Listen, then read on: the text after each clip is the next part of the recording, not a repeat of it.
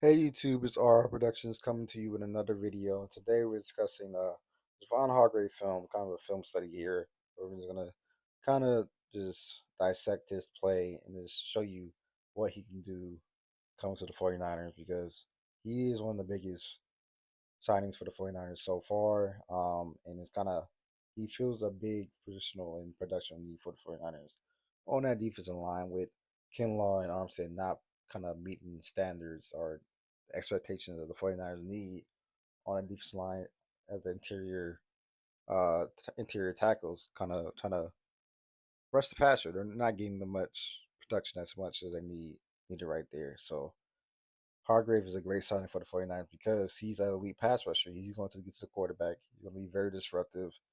He's going to focus a lot of attention on him because he gets there. He gets the motor running. He's very fast, very explosive, strong. He's going to cause a lot of attention to kind of disrupt things and kind of open up everything else for other rushers on that defensive line. Um, like I said, he's very versatile. You can align him a lot of places on the D line in type of technique, 1 through 4. He wouldn't get there. So right here, he's in the 4 inside technique, which is when they align right in the inside tackle's shoulder. So he's in that technique right now. We're gonna see how explosive he is about this technique on this play. It's the Texans. So here, very explosive. Bull rushes the guard and gets right to the quarterback right there. Very explosive, very strong, showing the speed to power, which is great from the interior position right there. And that's what you're going to kind of see a lot from Hargrave. All right, here we have Javon in the one technique here. You see he's on the shoulder of the center. So if the defensive lineman is on either shoulder or the center, they're in the one technique as a tackle. And you see the Eagles like to move him around. Like I say, he's versatile. You can move him around. He'll get to the quarterback here. See, showing good speed, power, great punch. It's the center, and then very good motor to chase down the quarterback right there. All right, right here, back to the 4 inside technique with Javon. Sections, great explosiveness, shows the club's technique, and this generates great pressure at the inside. Like that's what he's very good at. That's what you get from Javon consistently, all the time. All right, we have him at the 3 technique here. He's gonna show great explosiveness here. This very explosive, great club, just get to the quarterback. That's what he does consistently. Like look how explosive he is when he gets off the line. Boom. Great club. And just great pressure every single time. That's what he's good at. That's what he's here for. All right, here you have Javon, one technique, and just look how explosive he is off the line. It's boom. It's with the center of the club, gets right past him, and it's great pressure up the middle to try to disrupt that throw. But that's what the 49ers are needing. That's what they're expecting. Expecting that D line to get off the line and just show great explosiveness and then get that pressure here. Showing great strength, explosiveness to get off the line and just get right past the lineman there. This is great. But like I said, we're gonna discuss some of his weaknesses too, man. By far. The trade off is with him. He's a great pass rusher. He's gonna get to the quarterback. But if they run the ball or the run situation, he is getting just demolished in the run game. He's just non-existent. He does not stop the run. Do not expect him to stop the run here at all. Like he will get manhandled and just put on his ass very easily in this run. Like it's crazy. Like here, gets the Packers. Because he gets manhandled. Look, man, like oh my god, like man got pushed 7 yards back into the secondary and put on his ass. Like that's what you're getting. That's a trade off right there. I mean, he's a poor running fitter. That's what it is. Um, he struggles to get off blocks, especially double team blocks. Like he just gets immediately pushed back and mauled against double team. Does not stand his ground. Not trying to eliminate the double team. Not splitting it. Anything. Doesn't do anything. Look, gets pushed back. He literally gets moved out the way. Like he's not even there. A double team. He has to get better at that. Or it's going to be a very long day for the 49ers defense, especially if he's there and they're running the ball. They're just going to push him out the way. Just gain the yards that they need. Like, not a good look. Like, he doesn't show the same aggressiveness or the same explosiveness or the same strength and quickness as he does when he's pass rushing.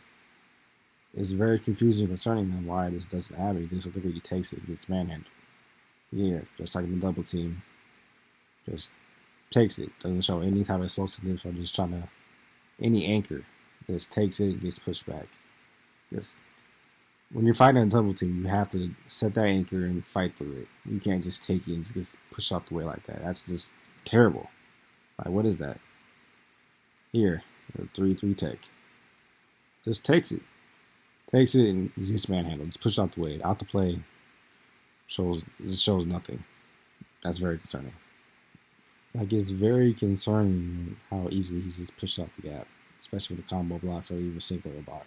Here with the combo block, he gets pushed out the gap very easily. And just move to the other side of the formation, and it's very weird, concerning because it doesn't show any of the same explosiveness as he would if he was trying to rush that passer or any type of punch, anything. He just takes it, like I said, like the previous clips, takes it and just gets moved out the way, out the play, and it shows no hustle or anything. It's very concerning because as an interior lineman, you shouldn't be getting pushed off to a guy like that. You should be standing your ground, defeating double team blocks, and getting to that run, getting to the ball, not just sitting there, get pushed off the way and it's a jog, which is very concerning. Like I said, because he's showing that on the tape right now, and that continues so into the next season. That's not going to be a good look for the 49ers. And then the 49er fans are not going to be happy also because they feel like we wasting money because he's pretty much bought a pass rush specialist at the interior position, which is not very good because he should be balanced as an interior player. But hey, that's the trade off when you're trying to get Javon Hargrave because he can rush the passer very well, like we've seen earlier in this throughout the season. But when it comes to that run game, boy, that is the problem. But he will bring the pass rush, which is, like I said earlier in the video, it's a big need for the 49ers, so that's why they went and got him. But it's going to be very telling and very interesting how he progresses through the offseason, leading to the season, if he tries to get better against the run, or if they're going to try to use him as just a primary pass rush specialist um, on certain formations. I know with the new defensive coordinator coming in, probably going to move to the 3-4 formation, maybe. That's what Steve Wilkes ran in Carolina. But also, if they come in nickel formation and dime formations, um, you can see Hargrave is very versatile. You can move around in different type of alignments for the D tackle at 1 or like I said 2, 3, or 4. Is he can do it all, especially when it comes to pass rush. But unlike the run, it's not the same thing. But that's the thing is he's a great player. It's just he has to get better with the run, but he's very good to pass. That's the only thing with him. But if you like the video, want to see more, go ahead and hit the subscribe button, like the video, and I'm out here.